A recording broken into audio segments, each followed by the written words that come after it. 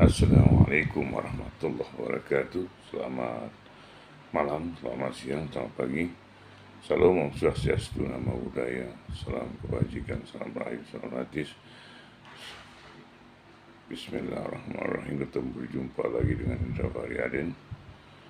Nah, di sini saya mau bicara tentang yaitu dinamisasi politik Indonesia yang demikian cepat dan kuat dan juga berjalan dengan sangat-sangat dinamis, dan hingga kecepatannya itu pun sangat-sangat indah, hingga tidak ada protes dan juga tidak ada kemarahan yang dimunculkan akibat dari apa yang terjadi.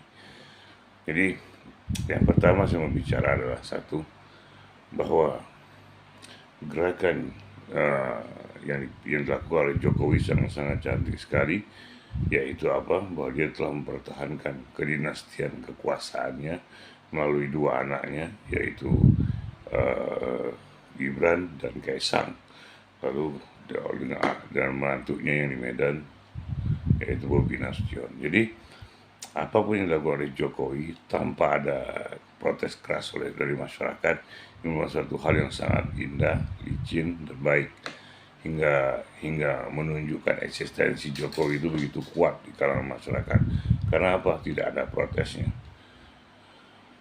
Lalu, tapi yang muncul adalah ketika ada beberapa pihak yang menyatakan bahwa Gibran akan menjadi capresnya Prabowo. Nah, ini yang jadi masalah bagi musuhnya pihak Prabowo. Siapa? PDIP. Kenapa itu terjadi? Ya karena bahwa suaranya Jokowi saat ini merupakan tuntunan bagi orang untuk memilih di antara Ganjar dan Prabowo. Nah, apa yang dikatakan Jokowi walaupun tidak banyak, tapi itu signifikan untuk menentukan pemilihan pemenangan suaranya, ya, itu seperti itu. Nah, jadi apa yang terjadi saat ini bahwa telah menunjukkan bahwa permainan Jokowi sudah cantik dan ini telah berlangsung. Dia mempertahankan dirinya melalui anak-anaknya untuk memainkan peran berikutnya setelah dia berhenti jadi presiden. Nah, di sisi yang lain,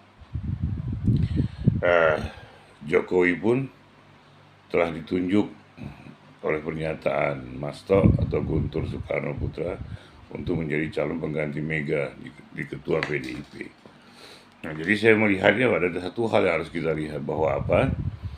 Bahwa ini merupakan kalimat Masto, itu bukan kalimat biasa, tapi kalimat mengarahkan agar Jokowi lebih memilih Ganjar atau Prabowo seperti itu daripada Prabowo. Itu yang saya lihat, ya. Jadi Masto ini memainkan kalimatnya dengan janji menjadi ketua PDIP agar Jokowi, Gibran tidak bergerak ke tempat yang lain, tapi tetap pada satu titik, yaitu Ganjar. Itu yang saya lihat. Jadi saya nilai sendiri, karena kalimat para orang-orang yang mengamati selalu itu dengan kalimat-kalimat melambung, seperti itu, ya. Nah, jadi tergantung siapa yang mencemes untuk selanjutnya, gitu, seperti itu. Nah, jadi Jokowi dan anak-anaknya telah menempatkan diri mereka dan berada dalam elit kekuasaan dalam kelompok politik di Indonesia saat ini. Itulah yang telah terjadi, teman-teman semua. Hingga apa yang terjadi, bahwa Jokowi dan keluarganya telah mulai memiliki peran yang sangat kuat di kalangan elit politik Indonesia. Seperti itu. Nah, beda dengan apa yang dialami oleh keluarganya SBY yang terlalu memilih. Nah, sementara anaknya Jokowi itu diperlihatkan oleh Jokowi melalui wali kota, seperti itu, bahwa dia mau melakukan perbaikan awalnya di daerah wali kota, seperti itu. Nah, jadi ini yang telah terjadi, kawan-kawan semua. Inilah yang telah terjadi, kawan-kawan semua. Nah, jadi apa yang telah dilakukan oleh Prabowo dan Ganjar itu merupakan dari strategi yang dimainkan oleh Jokowi. Dan saya juga tidak melihat adanya sebuah uh, konflik antara Jokowi dan Ganjar, demikian juga Ganjar dan Prabowo. Kenapa saya bilang seperti itu? Karena yang terus bergulir adalah bahwa Ganjar selalu memainkan peranan yang netral, sementara Prabowo tuh terus memainkan apa yang dia inginkan. Nah, jadi tidak pernah ada saling penyerangan antara keduanya. Tapi yang menyerang itu adalah orang-orang yang ada di sekeliling Ganjar. Demikian juga ada orang.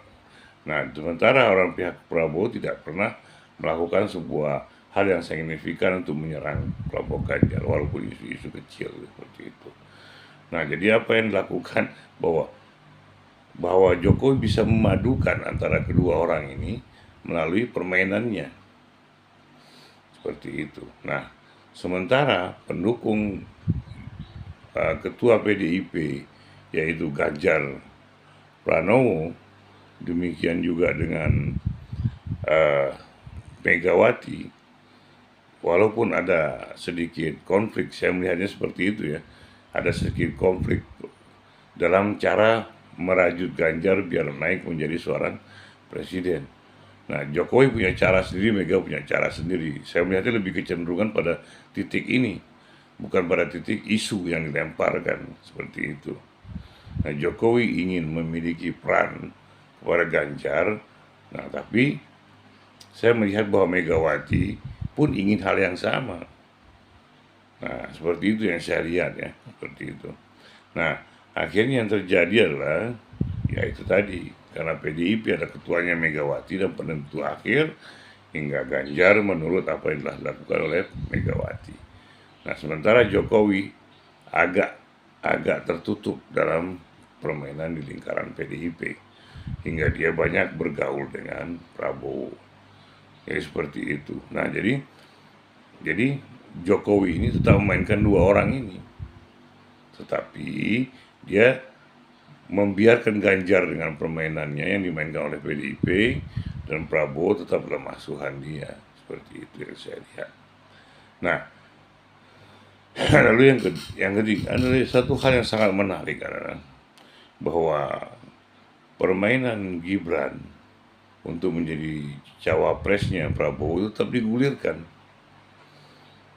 Nah, sementara PDIP pun kelabakan, hingga PDIP memainkan apa? Satu hal, apa? Biar tetap Gibran di dalam PDIP. Nah, itu belum bargaining Jokowi saya melihatnya. Bargaining bagaimana? Bahwa dia bisa memilih Gibran sebagai caturnya untuk menentukan kemana dia bergerak, kemana dia harus berjalan. Nah, sementara Megawati, PDIP secara kelompok itu melihat bahwa peranan Jokowi terlalu kuat saat ini dalam masyarakat. Saya melihat seperti itu. Hingga Mega berhati-hati dalam berucap. Demikian juga dengan permainan Gibran. Jadi kelabakannya PDIP ini bukan karena Gibran mau lari kemana, tapi permainan Jokowi yang dilihat oleh beberapa pihak di PDIP memiliki suara yang sangat dominan dalam masyarakat. Nah, ini yang ditakutkan sebenarnya. Jadi bukan Jokowi sebagai yang memajukan dua orang ini, tapi bukan juga sebagai seorang presiden, tapi Jokowi yang memiliki suara dalam masyarakat. Ini yang ditakutkan. Karena apa? Gibran dan Jokowi itu secara fisik, secara genealogi itu adalah ayah dan anak. Jadi tetap berpatokan pada ayahnya. Gibran itu apa yang dikatakan ayahnya dia akan lakukan. Seperti itu. Nah, selanjutnya bahwa ketakutan Megawati PDIP secara keseluruhan itu yaitu di dalam di sini ketakutannya. Ketakutan PDIP adalah bahwa Jokowi pemilik suara dalam pemilihan presiden ini. Bila Gibran pun loncat dari PDIP, ya habis. Karena apa? Jaminannya suara Jokowi, dukungan dari masyarakatnya yang diantisipasinya, bukan Jokowi sebagai pribadi, tapi Jokowi sebagai presiden yang telah banyak berbuat baik, yang telah banyak berbuat untuk pembangunan hingga rakyat mendukung. Nah, ini yang ditakuti Megawati sebenarnya dan PDIP. Seperti itu, bukan Jokowi sebagai pribadi, tapi Jokowi sebagai presiden dan yang telah membuat pembangunan yang sangat pesat di Indonesia ini. Seperti itu, hingga masyarakat melihat Jokowi sebagai seorang presiden yang memiliki kemampuan untuk dalam pembangunan. Seperti itu yang saya lihat. Nah, lalu Kaisang itu telah diangkat menjadi seorang ketua umum PSI. Rame. Nah, masalahnya bukan itu. Masalahnya apa? Bahwa adakah seorang yang baru masuk ke partai lalu ditunjuk langsung sebagai ketua umum? Itu pertanyaan. Nah, berarti ada apa di sini? Apakah mungkin Jokowi pendirinya PSI, bagian dari proses berdirinya PSI? Satu. Yang kedua, Jokowi memiliki jaringan yang sangat luas. Sementara PSI belum berkembang, masih sebagai kuncup dalam politikan Indonesia ini. Nah, bagaimana dia memperlihatkan kecantikannya hingga dia bermekaran seperti itu, maka memainkanlah anaknya Jokowi yang dilihat sama oleh PDIP. Ini seperti itu. Jadi sekarang ini pusat sentral daripada permainan politik di Indonesia untuk pemilu ini ya Jokowi dan anak-anaknya. Jadi tidak bisa dilepas. Seperti itu yang terjadi. Dan bila ada orang yang menyatakan bahwa Jokowi bermusuhan dengan PDIP, secara kontekstual tidak, tapi secara secara konseptual, secara dukungan tidak. Tapi yang berbicara adalah pribadi yang ingin bebas, lepas. Seperti itu, yang tidak mau diatur. Karena dia menganggap diri sebagai seorang presiden. Ingat, budaya Jawa, politik budaya Jawa, seorang raja tidak boleh diatur oleh siapapun yang di bawahnya. Karena PDIP ini adalah bukan bagian dari pemerintahan.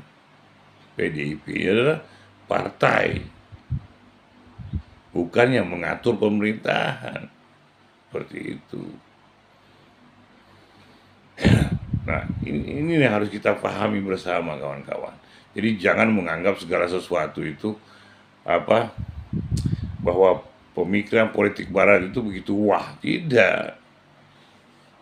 Bangsa ini bangsa yang berbeda. Karena apa? Karena budaya politik yang sangat mengakar saat ini adalah budaya politik Jawa. Budaya jadi politik yang diambil dari akar rumput. Seperti itu. Raja tidak boleh dibantah, raja tidak boleh diatur, dan raja merupakan bagian dari proses perpolitikan yang ada di bangsa ini. Dia mengambil keputusan, dia menentukan keputusan, dia juga yang melaksanakan keputusan. Ini seperti itu. Saya pernah bilang di video-video saya sebelumnya bahwa saya katakan bahwa Jokowi ini adalah seperti Soeharto yang menempatkan dirinya sebagai seorang raja. Jadi tidak bisa diatur. Seperti itu. Dan dia tidak mau direndahkan karena seorang raja. Nah, inilah yang harus dipahami bersama. Nah, walaupun PDIP, Megawati memiliki sebagai anaknya Bung Karno dan pernah jadi seorang presiden, tapi itu masa lalu, bukan masa saat ini. Saat ini adalah Jokowi dan anak-anaknya yang menguasai arena perpolitikan, yang menjadi pilihan untuk mendapatkan dukungan suara masyarakat, rakyat Indonesia. Jadi seperti itu yang terjadi.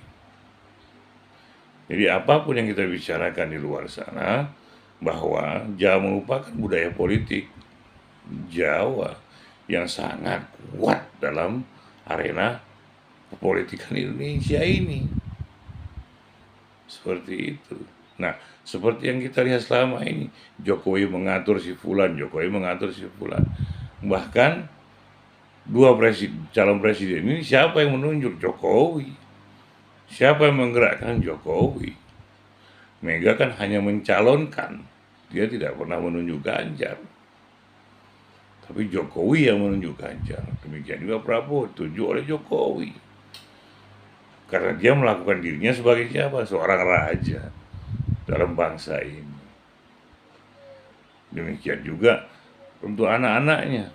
Anak-anaknya punya kepercayaan diri yang sangat tinggi. Kenapa? Karena bapaknya seorang presiden dan didukung oleh rakyat. Hingga anaknya pun seperti angin aja, kemana dia mau dia tiup, dia mengalir seperti itu. Seperti itu. Nah, untuk meredam kemarahan PDIP, makanya Gibran tetap di PDIP. Demikian juga Kaisang, ketika dia ditunjuk sebagai ketua umum PSI, dia datangi Puan. Itulah politik budaya Indonesia. Tidak menciptakan konflik, bermusyawarah, tapi memenangkan sebuah arena pertandingan. Ini yang dilakukan oleh politik budaya Jawa. Seperti itu yang terjadi. Nah, jadi bahwa arena yang telah dikuasai Jokowi sangat kuat, sangat besar.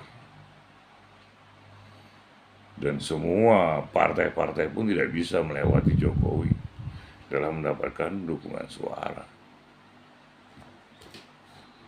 Nah, ini harus diingat teman-teman semua bahwa Jokowi berhasil karena apa? Dia melakukan sebuah tindakan untuk membangun kebutuhan masyarakat. Terlepas dari utang, terlepas dari segala macam. Tapi dia telah berbuat sesuatu untuk bangsa ini. Seperti itu. Lalu, untuk dia dapat bermain lagi dalam perpolitikan bangsa ini, yaitu tadi dia main dinasti. Dia harus memiliki penerus. Siapa? Anaknya. Gibran, Kaisang, dan Bobi Nasution.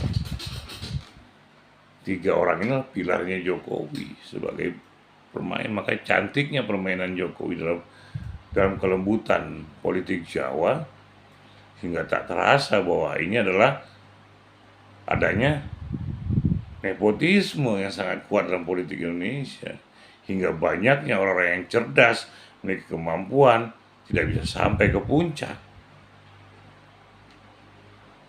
Kenapa? Ya karena ini tadi, semua elit politik yang udah dimasuk ke dalam pucuk pimpinan elit politik, ya akan memainkan keluarganya. Dan ini terbiasa dalam politik Indonesia. Jadi jangan diributkan. Jadi antara politik elit dan politik masyarakat itu sengaja di tengahnya dihapus. Biar masyarakat hanya menurut, masyarakat hanya memahami. Makanya pendidikan tidak dilihat sebagai bagian dari proses dalam pembangunan bangsa ini. Kenapa? Karena pendidikan sangat mengganggu bagi orang-orang yang ingin berkuasa. Kenapa? Memunculkan kolusi nepotisme ini yang sangat kuat. Nah, bila ini masyarakat dicerdaskan, hilang seperti ini. Kenapa? Pasti akan memunculkan sebuah aksi demonstrasi yang sangat besar. Tapi yang terjadi apa? Jokowi tidak memunculkan sebuah akses demonstrasi, akses protes. Yang protes itu hanya intelektual, dan itu pun hanya intelektual yang tidak banyak didengar, seperti itu. Karena mereka tidak pernah berpijak pada partai-partai, mereka tidak pernah bermain dalam segala bentuk elit, mereka hanya bermain di luar. Demikianlah teman-teman semua, bahwa apa yang telah dijalankan Jokowi ini merupakan bagian dari proses budaya politik Jawa yang sangat mengakar dalam perpolitikan bangsa ini, yang hanya dikuasai oleh elit. Makanya saat ini pun pendidikan tidak menjadi bagian yang terpenting. Seperti itu. Dan pendidikan pun hanya sekedar apa? Ya sekedar aja. Jadi bukan mencerdaskan, tapi memberikan pekerjaan dan kekayaan. Demikianlah teman-teman semua. Untuk malam ini saya cukupkan sampai di sini dulu. Nah, jadi apa yang telah terjadi saat ini, bahwa budaya politik Jawa telah cantik dimainkan oleh Jokowi melalui anak-anaknya.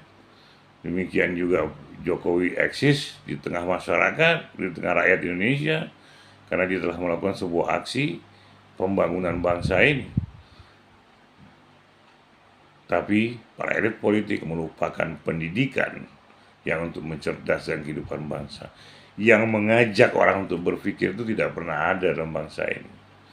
Yang mengajak untuk kekayaan dan juga mengajak orang untuk berkomplot, untuk menguasai negara ini dan bermain dengan oligarki sangat banyak di bangsa ini.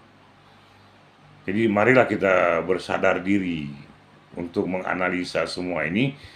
Lepaskan diri kita dari kelompok, lepaskan diri kita dari elit, lepaskan diri kita dari oligarki.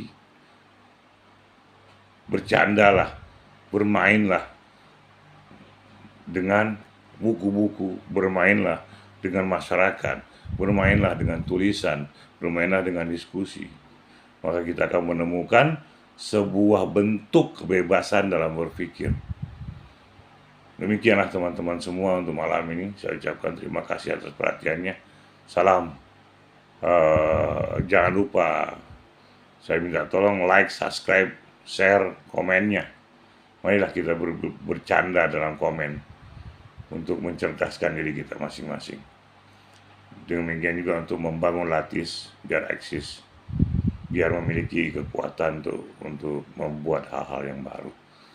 Terima kasih atas perhatiannya. Assalamualaikum warahmatullahi wabarakatuh. Selamat malam, selamat siang, selamat pagi. Salam, Om Swastiastu, Namo Buddhaya. Salam kebajikan, salam kebajikan, salam Latis. Ciao.